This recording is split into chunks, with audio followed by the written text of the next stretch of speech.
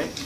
We'll go on to the next section. So this is on resistance to neoliberalism, which I think is pretty much the defining aspect of the period that we're living in. I think neoliberalism was defining things in the 1990s, but we're living in the aftermath. We're living in the period of resistance to neoliberalism. At this point, the IMF is even saying that they were too neoliberal and they made mistakes. All right, so in 1989, in Venezuela, the price of public transportation vastly increased. And as a result, you had a huge uprising called the Caracazo. People went out to the streets and it was a rebellion. And then Hugo Chavez, who was a paratrooper and was kind of a political figure and a military leader, tried to seize power in a military coup after this uprising had taken place. It didn't work. He was put in prison. He was released from prison. After he was released from prison, he formed a political party called the Movement for the Fifth Republic. And at the time, the Movement for the Fifth Republic said they didn't believe in either capitalism or socialism. They were for what they called the third way, which would be what was best for Venezuela.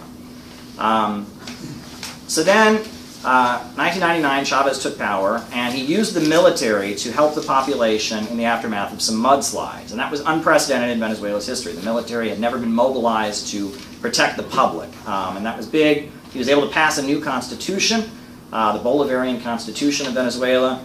And then in 2002, there was an attempted military coup against him, but he was popular among the rank-and-file soldiers, and so they rose up and brought him back to power, and the coup was defeated. 2003, then Chavez announced that he no longer believed in the third way. He said that he wanted to build what he called 21st century socialism in Venezuela. So in 1998, Venezuela had only 12 public universities. Now it has 32. Free health care is provided to citizens in clinics that are staffed by Cuban doctors. They made the arrangement. They gave Cuba oil in exchange for Cuba sending doctors. The population gets free heating and cooking gas. They actually wiped out adult illiteracy by bringing in Cuban teachers. That's one of Cuba, it sends these literacy volunteers around the world. So with Cuban literacy programs, they've wiped out adult illiteracy. Poverty has gone down since 1995 by about 50%.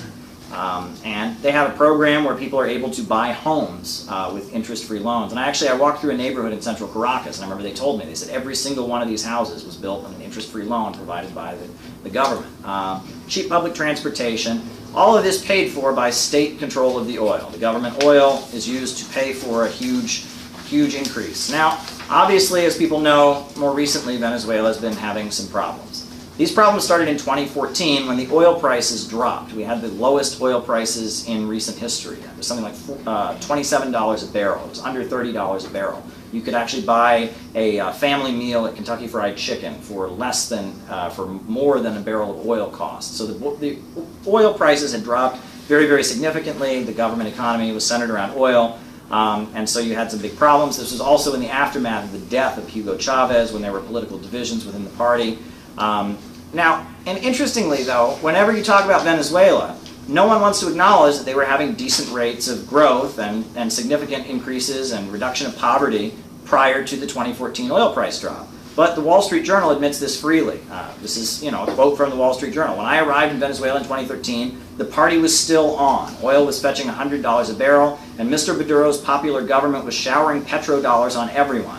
The Caracas skyline was dotted with grandiose construction projects. Steakhouses were loaded with, were buying vintage scotch by the container load, and hotels had to be reserved for weeks in advance. That's what was happening in Venezuela up until 2014, when you had the oil price drop. So it doesn't sound like people were starving and dying. And this narrative that people in Venezuela were starving and dying the entire time, and that's because of socialism, that's just not factual, right? The problems that happen now, which are greatly exaggerated in the media, the UN has actually confirmed there's not a humanitarian crisis there. There are problems, but there's not a humanitarian crisis. But this notion that all of these problems are all caused by socialism, the moment they became socialist, all these problems happened, that's simply just not the case. And it's interesting that that narrative gets constantly repeated in the media. Socialism caused the crisis. Well, they've been moving towards socialism since 2002. They had Chavez in power since 1999. So why did the problem start in 2014 if socialism itself is the problem?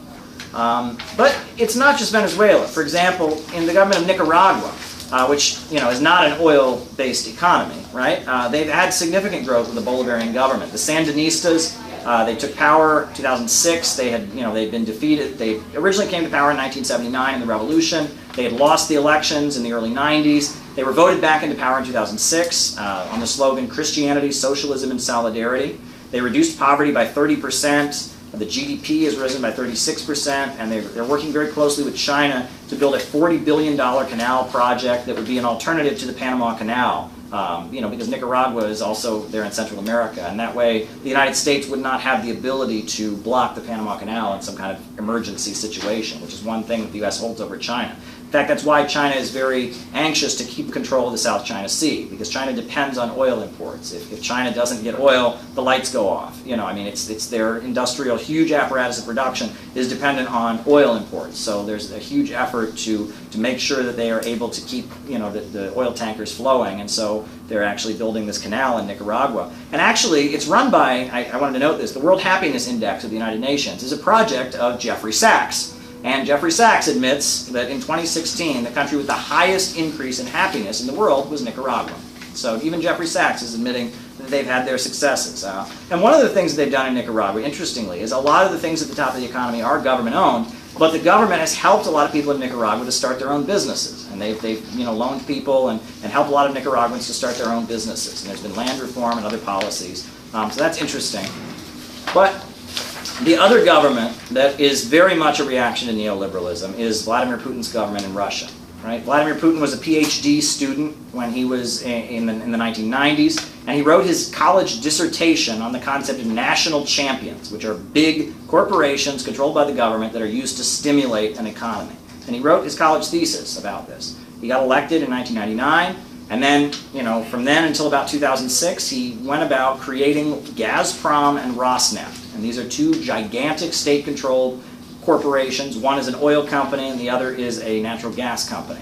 And these are huge corporations, and they generate huge amounts of revenue, and that revenue has been used to get the Russian economy back in order from the disaster of the 1990s. At this point, Gazprom is 17% of the world's natural gas production, 18% of the world's natural gas reserves, and it's been used to build up an economy in Russia. Poverty has been reduced by 14%, the GDP has well more than doubled, and John Brown, the CEO of British Petroleum, he says that no country has ever come so far in such a short space of time, and that compared to how things were in the 1990s when Jeffrey Sachs was there, advising Yeltsin on how to loot the country and privatize it, things in Russia have vastly, vastly improved under Vladimir Putin.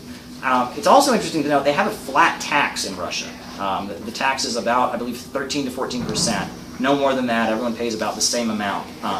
And just like Nicaragua, the state-controlled energy corporations and industries have been used to help small businesses. There's a lot of small businesses in Russia, stimulated, a lot of them subsidized by the state. I think that's very interesting.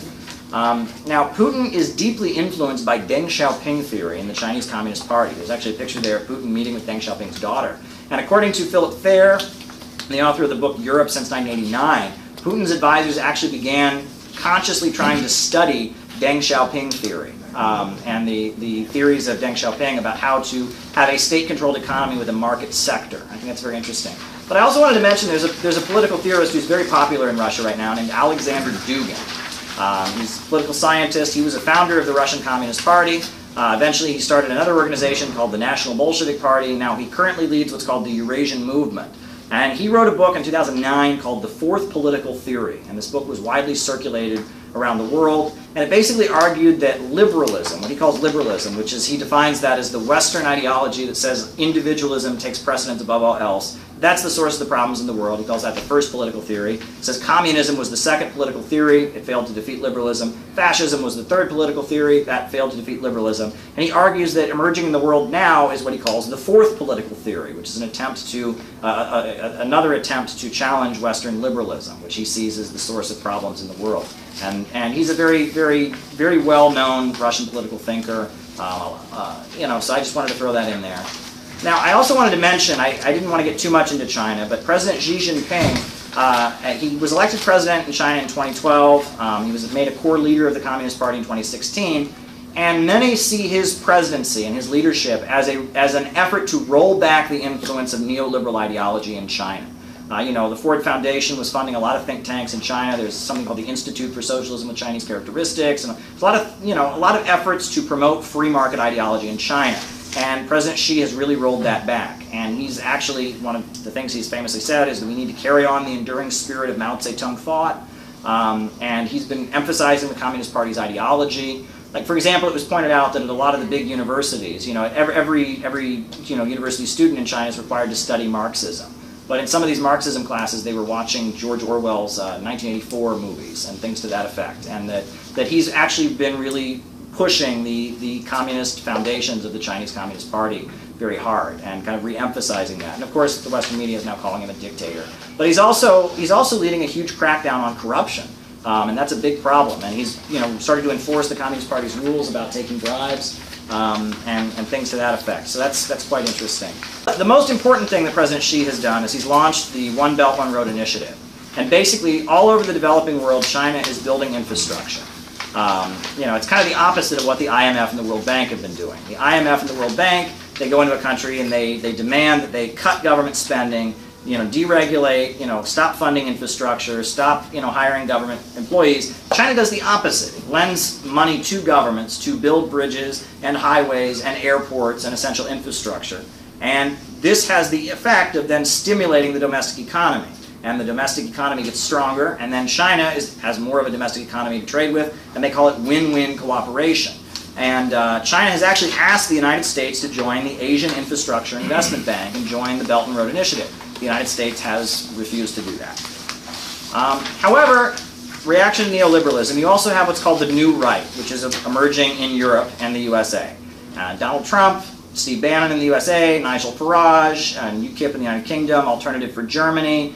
And these folks are labeled populists, and they rant against what they call globalism. They're very opposed to immigration. They're less favorable to military interventions, and they denounce George Soros. They don't like George Soros, and they're against the international trade deals. But they believe in neoliberalism, just neoliberalism in one country. They're all about privatizations. They're all about cuts in public spending. They're all about free market policies. They just don't like it on a global scale. They want it on a domestic scale. And I think as some of the global institutions are starting to back away from some of the more extreme neoliberal policies, they find that as a threat, like that some of these smaller businesses are going to be forced to adjust to some more liberal policies. And there's clearly a division, but these folks, they're not opposed to the ideology behind neoliberalism. They totally believe in privatizations and cuts and deregulation. And oddly, they equate globalism and the IMF and the World Bank and the International Criminal Court and George Soros with communism and socialism. Which is, I don't understand how that makes any sense. But, in their mind, I guess, maybe because Karl Marx believed in workers of the world unite or was opposed to nationalism. I don't quite understand that logic, but somehow global capitalism is socialism. So, and that brings me to leftism in Western countries. It's noted that in a lot of left-wing circles, there is kind of an emphasis on cultural and gender issues and a kind of a reluctance to talk about economics.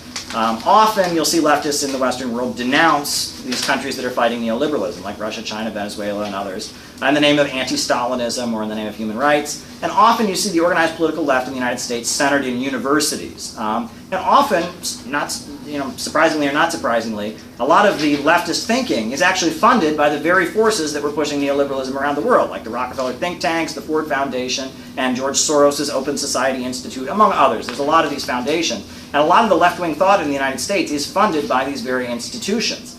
And populism. Populism was originally a leftist concept. The idea of organizing the people to go and fight for their rights and raise their standard of living against injustice. It was very left-wing, but now there's this belief that populism is problematic. That when you get people to be populist, that's inherently fascist or that's inherently racist, and that the focus needs to be on educating the ignorant rabble about gender theory and privilege and postmodernism.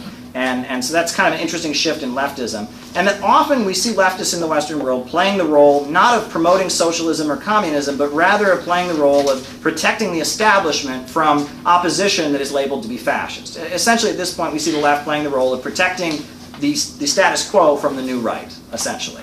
However, the question is, can that be changed? Because there is a long history in the United States of left-wing populism. Eugene Debs, William Z. Foster in the Communist Party of the United States, the role the Black Panthers once played, and a majority of millennials tend to have a favorable view of socialism at this point. Bernie Sanders was extremely popular.